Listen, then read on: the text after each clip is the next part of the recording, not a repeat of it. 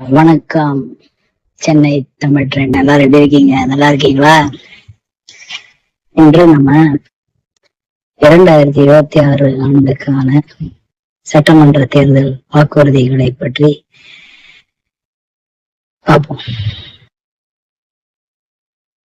முதல்ல எல்லாரும் நினைவு வைத்துக் கொள்ள வேண்டியது, புரட்சி தலைவர் சொன்னாரு, மக்கள் நலம் என்றே சொல்லுவார், தன் மக்கள் நலம் ஒன்றேதான் மனதில் கொள்ளுவார். அதை அடிப்படையா வச்சுங்க. பின்ன நம்ம கழக ஆட்சியை குறை கோரியோர் எல்லாம் தெளிவு பெற வேண்டுங்கிற எண்ணத்துலதான் இன்று தினத்தந்தி நாளிதழ்ல வந்த விவரங்களை கொடுத்திருக்கோம்.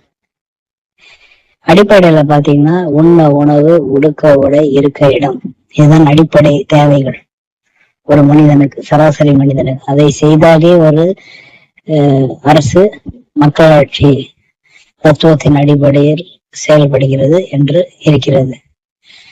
இரண்டாவதாக, அது மட்டும் இல்லாமல் குளிர்சாதன பெட்டி கொடுக்கறாங்க, மோப்படு கொடுக்கறாங்க, பயிர் கடன் தள்ளுபடி, கல்வி கடன் தள்ளுபடி, இன்னும் எத்தனையும். மக்களாட்சி என்றால் அது அண்ணா திராவிட முன்னேற்ற கழக ஆட்சி தான். மக்களுக்காக நடத்தப்படும் ஆட்சி மக்களாட்சி. தன் மக்களுக்காக நடத்தப்படாத ஆட்சி தான் மக்களாட்சி. அது அண்ணா திராவிட முன்னேற்ற கழகத்தின் ஆட்சி. இரண்டாவது, இப்போ சாதி மதம் பத்தி எல்லாம் பேசுறாங்க. இந்த சாதி மதம் எல்லாம் பேசி ஒன்னும் ஆக போறது இல்லைங்க. இப்போ நம்ம இந்திய நாட்டுல சிறுபான்மையர் எவ்வளவு பேர் இருக்காங்க, பல லட்சம் பேர், பல கோடி பேர் இருக்கிறாங்க. அவங்களெல்லாம் நாடு கடத்திட்டாங்களா? ஆனா இதே இந்த மதத்தை பத்தி பேசுறாங்க, சாதி அடிப்படையில வாக்குக்கு மட்டும் சாதியை உபயோகிக்கிறாங்களே தவிர, இப்ப நம்ம எடப்பாடியார்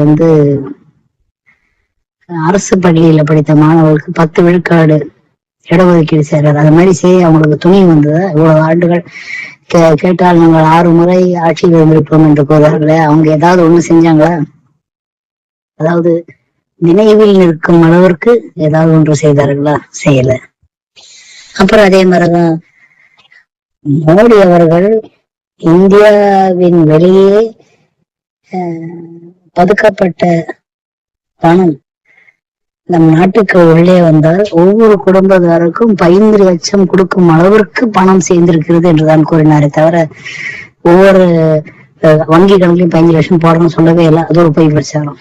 இப்ப என்னன்னா,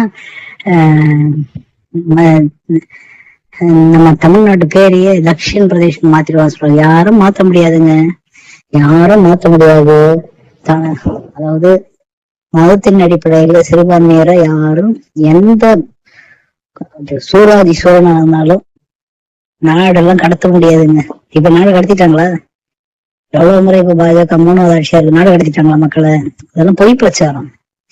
அது அவங்களுக்கு ஜாதி எடுப்பாங்க, ஹிந்தி எடுப்பாங்க, மதத்தை எடுப்பாங்க, பொய் பிரச்சாரம் செய்து மக்களை குழப்பிட்டு வாக்கு சேகரிக்கணும். மக்கள் தான் சிந்திக்கணும். நமக்கு எது தேவையோ அது எந்த அரசு கொடுக்கிறதோ அதுவே நல்லரசு, வல்லரசு.